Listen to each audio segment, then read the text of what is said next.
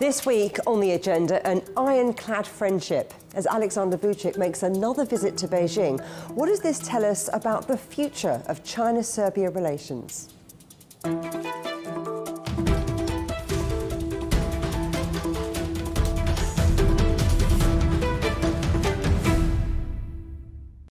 Serbia's President, Aleksandar Vučić, is now back in Belgrade after a 5-day state visit to Beijing, which he described as the most important of his political career. He met Chinese President Xi Jinping and received China's Friendship Medal, the highest honorary medal for foreign nationals. After the meeting, Xi said the two had jointly opened a new chapter in their ironclad relationship. Joining me now is Marko Čadež, President of the Serbian Chamber of Commerce and Industry. Great to have you on the agenda. Now, President Vučić's visit to Beijing comes at a time of growing economic uncertainty and geopolitical fragmentation. Why is this relationship particularly important for Serbia right now?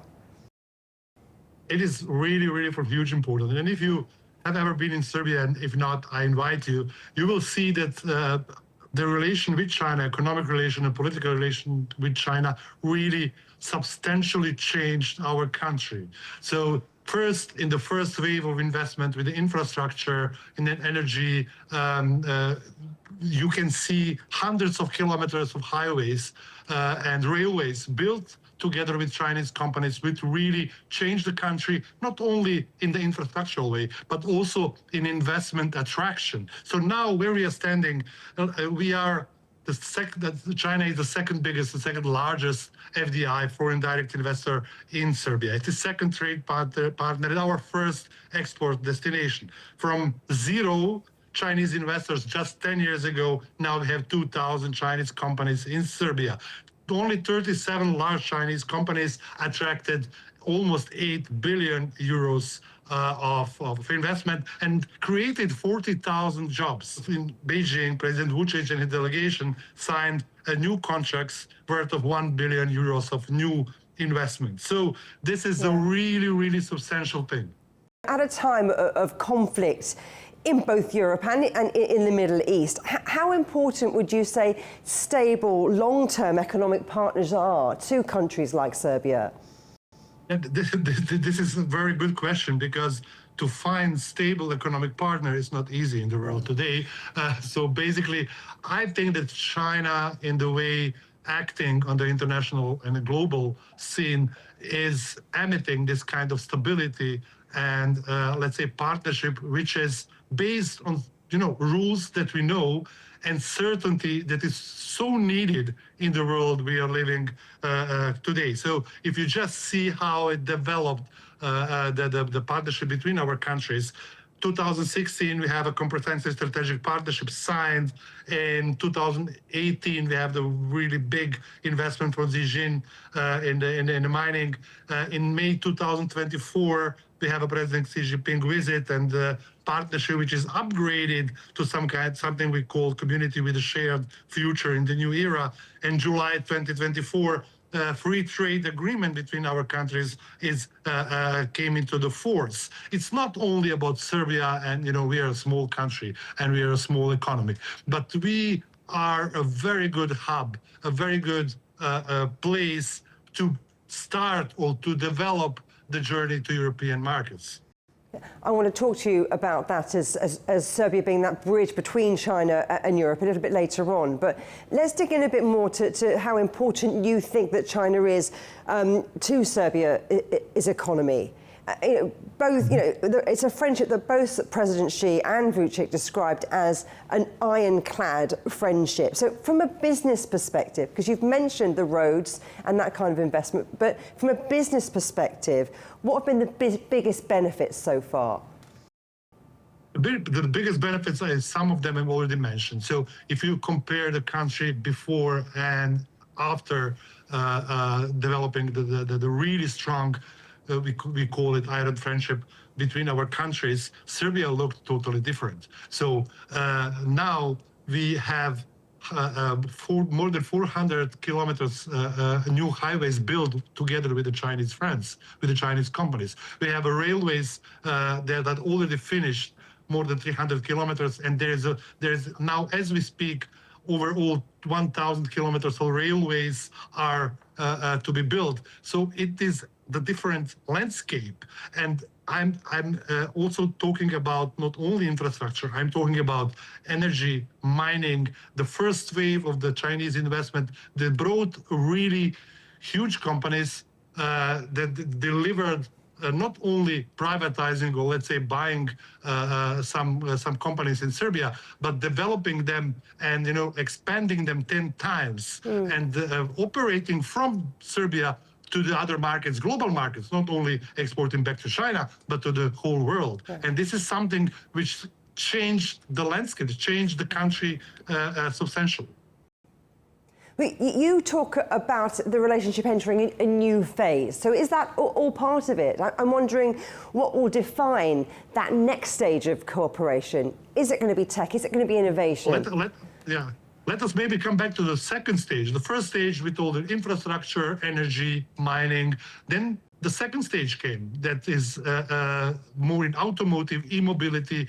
Big companies like Riglong and Mint came here, built the factories, and delivering products, high-quality products, technology, complex products to the European markets, to also big automotive industry all around Europe, but also all around the globe. That was the second step or second wave. Now we are coming to the third wave, which is the robotics and the digital infrastructure and cooperating in the something what we called the intelligence-based economy, which is the future, or let's say the present we are living in. And this is something which is very, very important because, for example, if you see only the Agi robots and the Mint investment in first production of humanoid robots, this is the first factory, first plant, producing plant of humanoid robots on European continent, in the European continent. So there are humanoid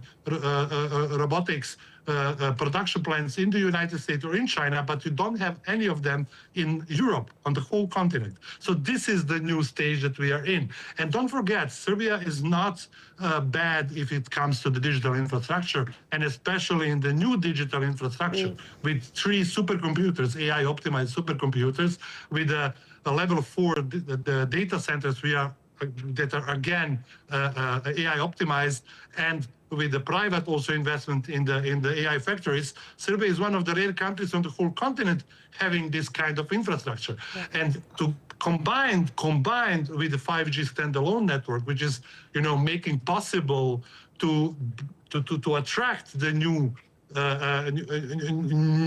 let's say modern plants in robotics and the industry, which is making possible to produce in the very modern way and use the robots in the industry as that can be used. It is the very good place to be. So I'm actually telling that this is something which also combined. So you have on the one side the new plan of Chinese government, the new 5-year plan, which is very, very focused on the innovation, and you have our strategy 2030-2035, which is mostly also very focused on the AI technologies and the robotics. So it's this exciting. Is the third wave, and it is coming. Yeah. It's exciting, it's future focused, but it's a bit of a balancing act, isn't it, Marko? Because while Serbia is deepening economic ties with China, you're also moving closer to the European Union. So how do you get that balance right? I will not talk about balancing, because we see ourselves as a bridge, and bridge is not balancing. Bridge is not about choosing sides. It's about being a bridge, connecting. And I think this is how Serbia sees itself. And if you see the Serbian connections with the rest of the world, of course, the European Union is our strategic goal, and the membership in the EU is our strategic goal.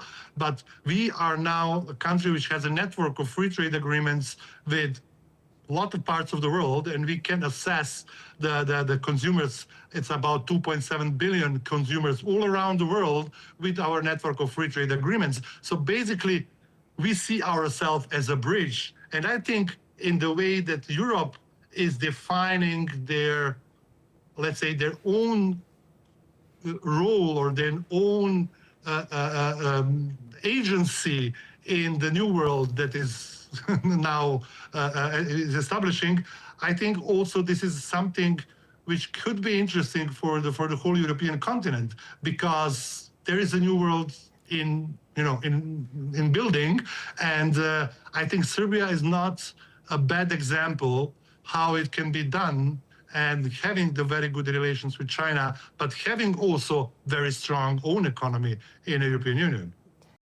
So as global supply chains become more regionalized and resilience becomes a priority, why are Chinese companies increasingly looking at Serbia as that gateway to Europe?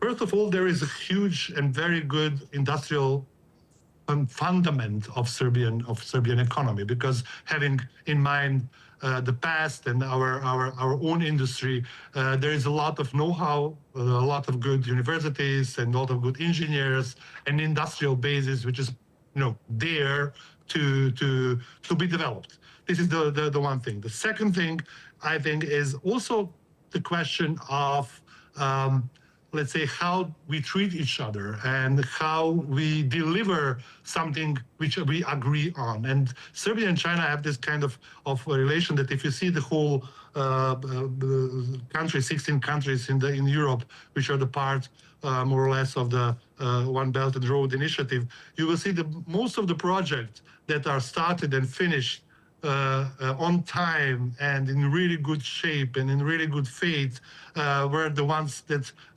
actually Serbia has done with China. And this is, this is the development through the history. This is last 10 years of developing this kind of relationship, and this is something what counts. And this is something, I think, what counts also for the Chinese companies. On the one side. On the other side, you have the country, which is Serbia, which is in the middle of the European continent, and with all the what we are capable of to do, and is actually the good point to be on the European continent and to prepare or to go to the European markets.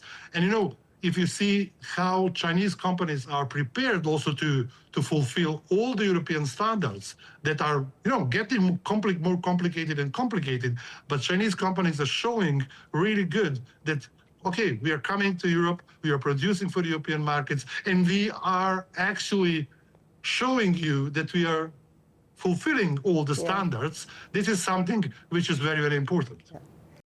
Let me read something to you that President Xi said after his meeting with Vučić. China supports Serbia in pursuing a development path suited to its national conditions.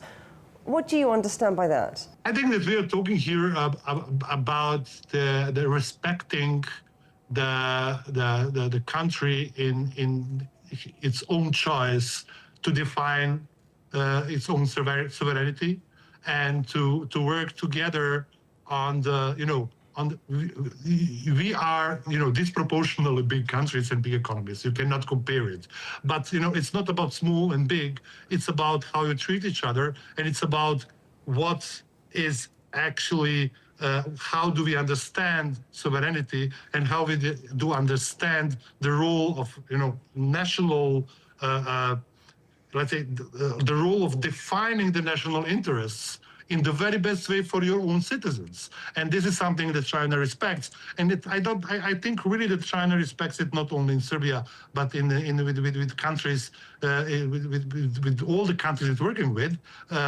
This is something which is the primary, let's say, underlined aspect of cooperation. And this is what, when I talk about, something which is China emitting, like the, reliability, certainty, rules. This is something what it means.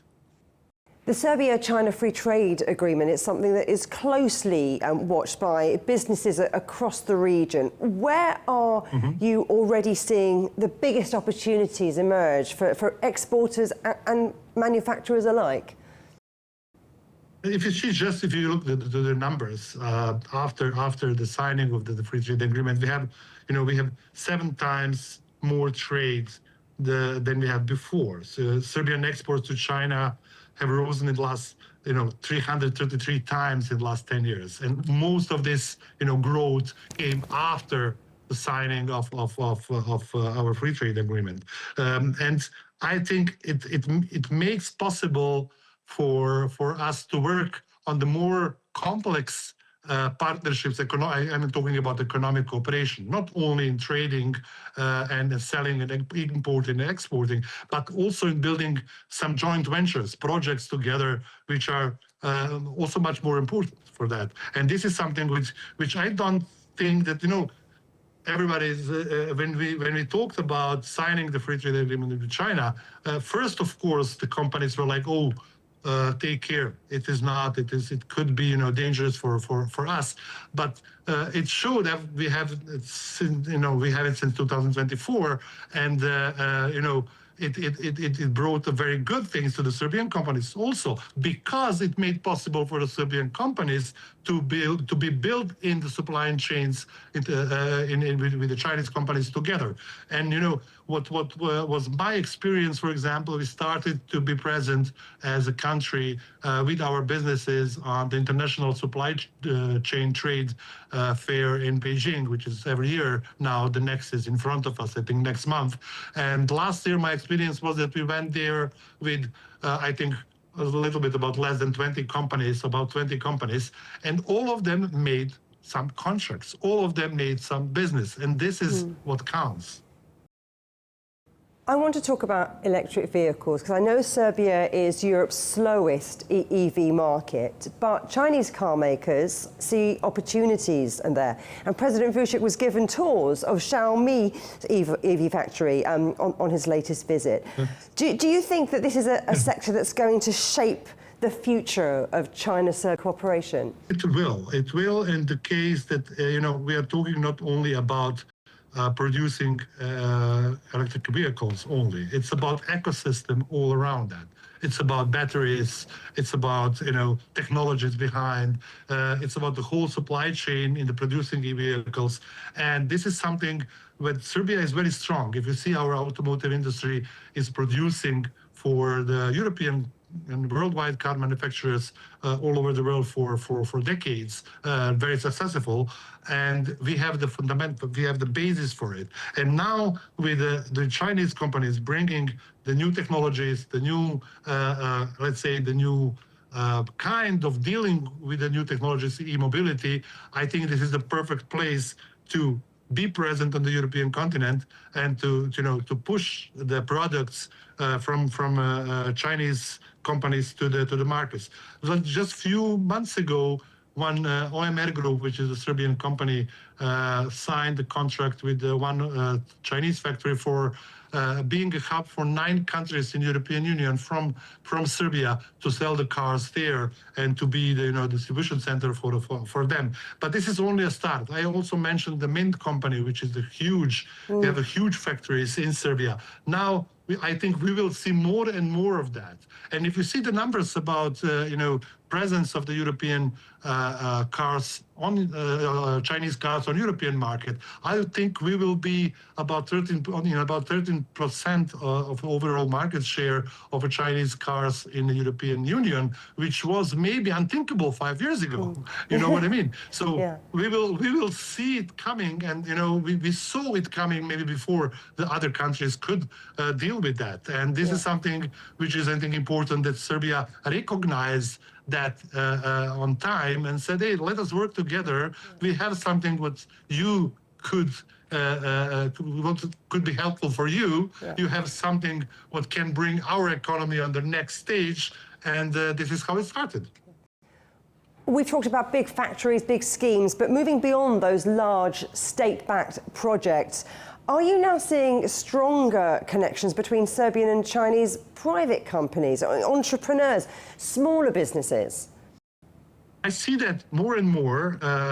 First of all, one of the very important things that we have is that the people from Serbia or from China can travel between the countries without any problems. So we have a daily 3 connections to 3 different cities. In China, there is no visas or some kind of problems or barriers for the people to travel. You can see Chinese tourists coming here, which means that also the people owning small businesses or medium-sized businesses can go to China, or vice versa. The businessmen from China can come to Serbia without any problems, talk about business, make connections, because at the end, the trade agreements are trade agreements. This is just the frameworks.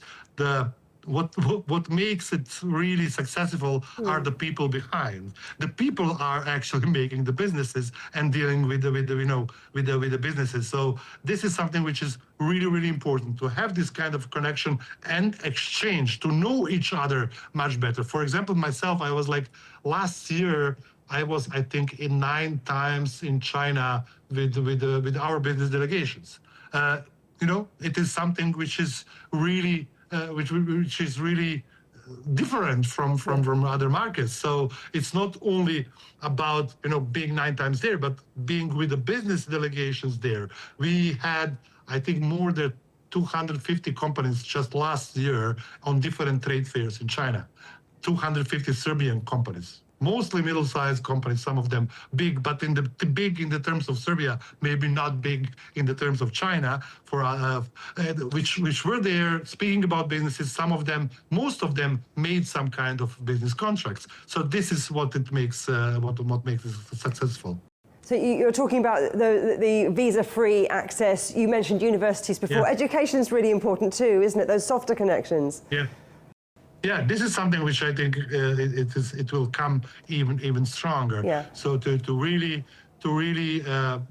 take the benefit, and also the technology transfer coming with the investments, but then of course cooperation between universities, between the research labs, where we can share to each other the knowledge and building up.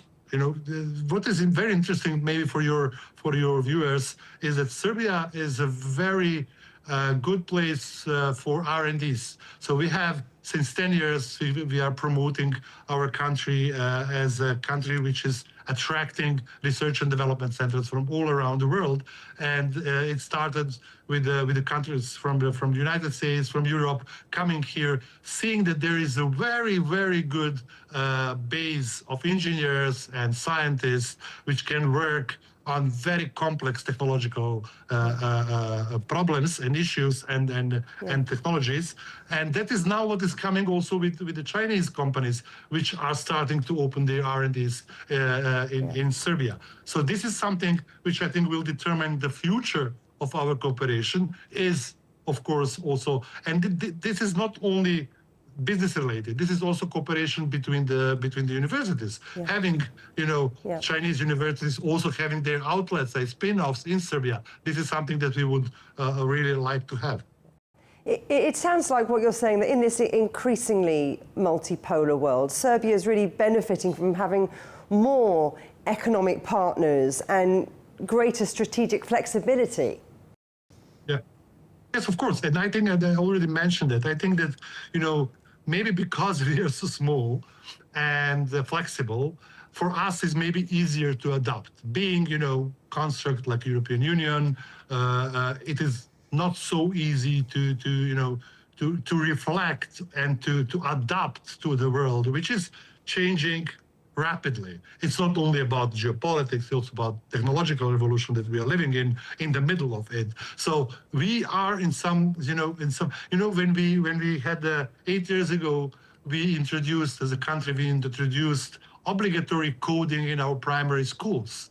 8 years ago, it would not be possible in some huge country and bigger systems, but it was possible for Serbia. That is also in other fields. We are more flexible and adaptive. It has also to do something with the history we lived in on the Balkans, and all the turmoils that we lived through. And disruption is something which is very natural in our everyday life, was like for the decades. And this is something which made Serbia and also Serbian economy very resilient and very adaptive, very flexible to adapt to the new circumstances we are now living in. Let's look to the future, because Serbia is set to become the first country in the Western Balkans to host a World Expo next year. Yeah. And while he was in China, President Vučić invited a number of Chinese companies to take part. How vital is Expo 2027 to Serbia's trade links?